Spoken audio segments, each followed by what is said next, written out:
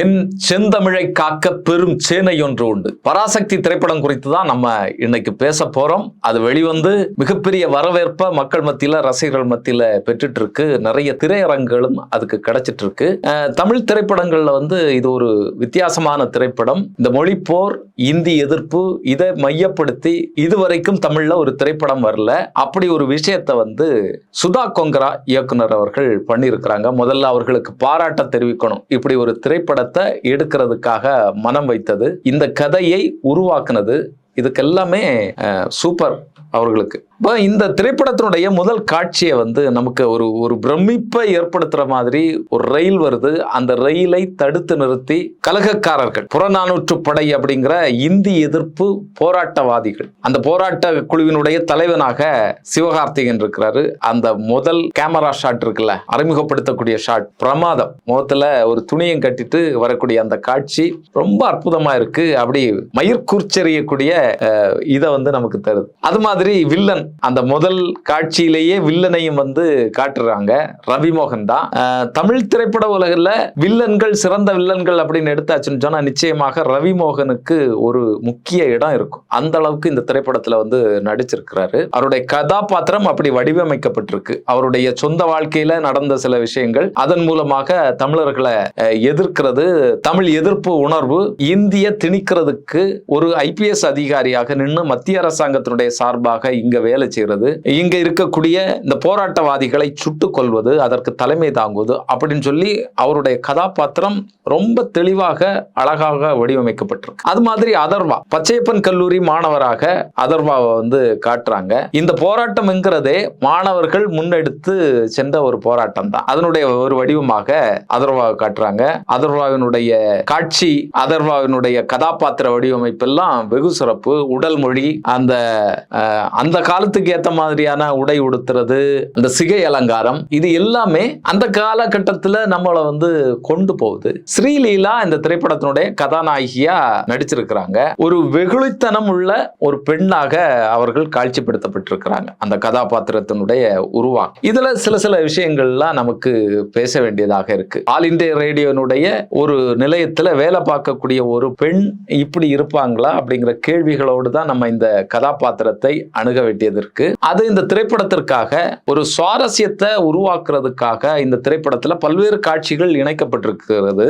குறிப்பாக சொல்லணும்னா first of இடைவேளைக்கு முன்னால வரைக்கும் இவர்களுடைய அதர்வா, சிவகார்த்திகேயனுடைய பாட்டி, இவர்களை சுத்தி இந்த கதை நகருது. இடையிடையே இந்த மொழிப்போர் சம்பந்தமான பிரச்சனைகள், இந்த மதுரையில காங்கிரசினுடைய கூட்டம் நடக்கிறது, அங்க மாணவர்கள் கருப்பு கொடி காட்டுறது, இப்படி இந்த காதல் கதை, இந்த குடும்பத்தினுடைய கதை, அங்க இருக்கக்கூடிய சுற்றுப்பாடுகள், இது எல்லாமே காட்டுறாங்க நேர்த்தியாக. இதுல இந்த காதல் விஷயம் கொஞ்சம் அப்படியே இழுத்ததோ அப்படின்னு சொல்லி ஒரு பார்வை இருக்கிறது, இல்லைன்னு சொல்றதுக்கு இல்லை. அப்போ ரொம்ப அழகாக வரலாற்று பின்னணிகள் அதை எடுத்துக்கொண்டு அதுல சில கற்பனைகளை எல்லாம் கலந்து அந்த காட்சி அமைப்புக்காக, இந்த கதை ஓட்டத்திற்காக சில விஷயங்களை எல்லாம் சேர்த்து இந்த திரைப்படம் எடுக்கப்பட்டிருக்கு. இந்த பாதிக்கு மேல பாத்தீங்கன்னு சொன்னா முழுக்க இந்த போராட்ட வாழ்க்கை, போராடுறது, அதன் மூலமாக போராட்டவாதிகள் சுட்டுக் கொல்லப்படுறது, இப்படிப்பட்ட காட்சிகள் காட்சிப்படுத்தப்படும். சிவகார்த்திகேயனுடைய அந்த கதாபாத்திரத்தை பொறுத்த அளவுல முதல்ல இந்த இந்திய எதிர்ப்புக்காக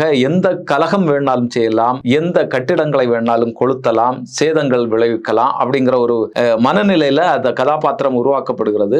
முதல்ல எரிக்கக்கூடிய அந்த ரயில் எரிப்பு, அதுல தன்னுடைய தோழன் இறந்து போறதுனால மனம் மாறி இனி இப்படிப்பட்ட விஷயங்களை செய்யக்கூடாது, ஒரு சாத்வீகமான போராட்டங்களை மட்டும்தான் முன்னெடுக்கணும் அப்படிங்கிற ஒரு மனநிலை மாற்றம். அதற்கு பிறகு மறுபடியும் இவருக்கே நேரடியாக ஒரு இன்டர்வியூக்கு போய் காலகாலமாக இந்தி படித்து இந்தியை தாய்மொழியாக கொண்ட ஒரு நபருக்கும் தற்போது இந்தியை படித்து அதை பேசக்கூடிய ஒரு நபருக்கும் உள்ள வேறுபாடு காரணமாக சிவகார்த்திகேயனுக்கு இந்த வாய்ப்பு மறுக்கப்படுகிறது. அது மாதிரி சின்னையா அப்படிங்கிற ஒரு கேரக்டர், அது உண்மையிலேயே சின்னையா, இந்த படத்துல அந்த கேரக்டருக்கு பேர் சொல்லப்படல. UPSC எக்ஸாம் எழுதுறதுக்காக போவாரு. அந்த நபர் போகும்போது இந்தியில தான் எழுதணும் அப்படிங்கிற ஒரு கட்டாயம் இருக்கு. இந்தி திணிப்பு எந்த அளவுக்கு ஒரு சிக்கலை உருவாக்குறது அப்படிங்கிறத காட்சிப்படுத்துறதுக்காக இது வச்சிருக்கிறாங்க. இந்த மாணவன் முதல்வர் பக்தவச்சலம் அவர்கள் மதுரையில வரும்போது அவருடைய காலில் விழுந்து தயவு செய்து தமிழ்ல பரீட்சை எழுதுறதுக்கான ஒரு வாய்ப்பை உருவாக்குங்க அப்படின்னு சொல்லி காலில் விழுந்து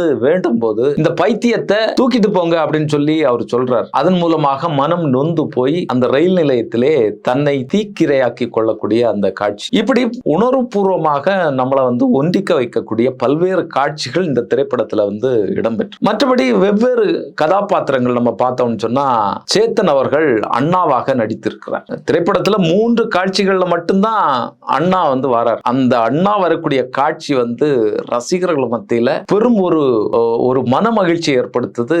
கைத்தட்டல் தியேட்டருக்குள்ளாலே பொழியுது. ஏன்னா அந்த அளவுக்கு வலிமையாக இந்த கதை சொல்லப்பட்டு கொண்டு வரும்போது அதற்கிடையே இந்த மொழிப்போருக்கு முக்கிய காரணங்கள்ல ஒருவராக அமைந்திருக்கக்கூடிய அண்ணாவர். இன்னும் இதுல சொல்லப்பட வேண்டிய விஷயங்கள் நிறைய இருக்கு.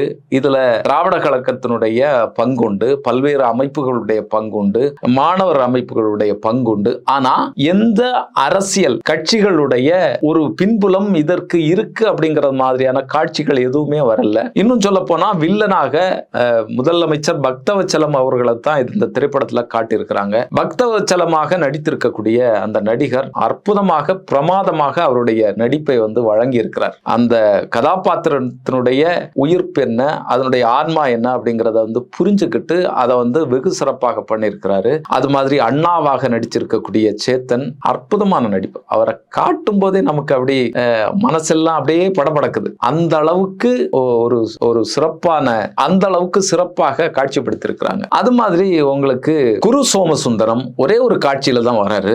அந்த பிரிண்டிங் மில்ல வரக்கூடியவர். அந்த பிரிண்ட் பண்ணிட்டு இருக்கும் போதே ரவிமோகன் அவரை கைது பண்ணி கொண்டு போவார், பிடிச்சு கொண்டு போவார். அந்த உடல் மொழியும் அந்த பார்வையும் அவருடைய குரலும் அந்த காலகட்டத்திற்கே நம்மளை அழைச்சிட்டு போவோம். அந்த கதாபாத்திரம் ரொம்ப ஆழமா அதை பண்ணி இருக்கிறார். இப்படிப்பட்ட சிறந்த நடிகர்களை பயன்படுத்தி இருக்காங்க இந்த படம் முழுக்கவே. அது அந்த போராட்ட களத்திலேயாக இருந்தாலும் சரி. போராட்ட களத்துல இன்னொரு விஷயம் சொல்லணும். அந்த போஸ்ட் ஆபீஸினுடைய இந்தி எழுத்துக்களை சாணி வச்சு ஒருத்தர் அழிப்பார். அவரை காவல்துறையினர் சுட்டு கொல்லுவாங்க. உண்மையாக நடந்த ஒரு சம்பவத்தை பதிவு பண்றாங்க. அது மாதிரி ஏற்கனவே சொன்ன அந்த மதுரையில பக்தவச்சலம் அவர்களுடைய காலில் விழுந்த, முதலமைச்சர் அவர்களுடைய காலில் விழுந்த சின்னையா கேரக்டரும் உண்மையான கேரக்டர். இப்படி உண்மையையும் இந்த கற்பனையும் சூழலுக்கு ஏற்ற மாதிரி மாற்றி அமைத்து இந்த திரைப்படத்தை உருவாக்கி இருக்கிறாங்க. இந்த இடைவேளைக்கு பிறகு போராட்ட களங்களாக காட்டினாலும் இன்னும் நேர்த்தியாக அந்த போராட்ட களங்களை காட்டி இருக்கணும், காட்சிப்படுத்தி இருக்கணும், உணர்வுபூர்வமாக அது செய்திருக்கணும் அப்படிங்கிறது என்னுடைய தனிப்பட்ட பார்வையாக இருக்கு. இந்திரா காந்தி அவர்கள் வராங்க. ஒரு தகவல் தொழில்நுட்ப அமைச்சராக வரக்கூடிய இந்திரா காந்தி அவர் மாணவர்களை சந்திக்கிறது, அந்த காட்சிகள் எல்லாமே நல்ல ஒரு கற்பனை. ஏற்கனவே இந்திரா காந்தியை சந்திச்சு அவர்கள் பேசினாங்களா உண்மையிலேயே வரலாற்று ரீதியாக அப்படிங்கிற பதிவுகள் இருக்குதா அப்படிங்கிறது தெரியல. ஆனா படத்திற்காக இப்படி ஒரு விஷயத்தை எடுத்திருக்கிறாங்க. அவர்கள்ட்ட மாணவர்கள் நாங்க சாதித்து காட்டுறோம் அப்படின்னு சொல்லி ஒரு விஷயத்தை செய்யறதுக்காக அவர்கள் முயல்வது, அதுதான் கிளைமாக்ஸாக இந்த திரைப்படத்துல வருது. கடைசி காட்சி. கடைசி காட்சியில இது ஒரு தனி மனித கதாநாயகனுக்கும் வில்லனுக்கும் ஏற்படக்கூடிய ஒரு விஷயமாக மட்டும் இதை மாற்றிட்டாங்களோ அப்படிங்கிற ஒரு எண்ணம் உருவாகுது. ஏன்னா இதுல ஆக்ஷன் திரைப்படம் போல ஏற்கனவே நம்ம பேசியிருக்கோம். அந்த காட்சிகள் வச்சிருக்கிறாங்க. சிவகார்த்திகேயனுக்கும் ரவிமோகனுக்கும் சண்டை வரக்கூடியது, அந்த ட்ரெயின்ல வரக்கூடிய சண்டை, அதெல்லாமே காட்சிப்படுத்தப்பட்டிருக்கு.